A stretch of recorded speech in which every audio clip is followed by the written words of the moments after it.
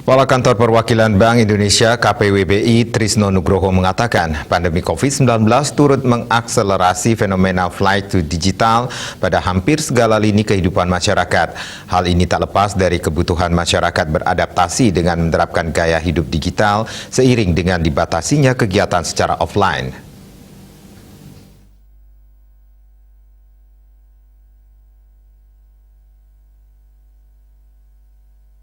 Ia meyakini Bali memiliki potensi yang sangat besar untuk menjadi next Silicon Valley seperti di Amerika Serikat. Hal ini dapat dilihat dari laporan East Ventures berjudul Digital Competitiveness Index 2021. Bali berhasil meraih peringkat keempat dari 34 provinsi Indonesia dari sisi daya saing digital. Fenomena gaya hidup digital terlihat jelas dari data Google pada 2020 bahwa 1 dari 3 pengguna layanan digital di Indonesia adalah pengguna baru. Berseminya ekonomi digital di Indonesia tidak lepas dari berbagai inovasi dan disrupsi yang dijalankan para pelakunya.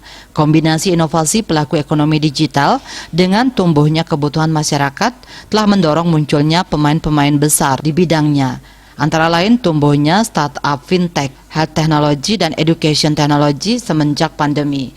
Kisah sukses Bali mengangkat daya saing digitalnya tak lepas dari dukungan Pemda mengembangkan infrastruktur digitalnya. Jangkauan internet yang hampir menyentuh seluruh desa di Bali menjadi katalis tumbuhnya kewirausahaan digital di Bali.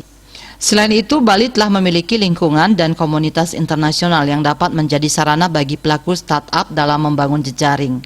BI menelurkan berbagai kebijakan mendukung transformasi digital itu, salah satunya dengan sistem pembayaran berbasis kris yang diharapkan dapat menjadi solusi transaksi digital bagi para pelaku startup. Cita Maya Bali Post melaporkan.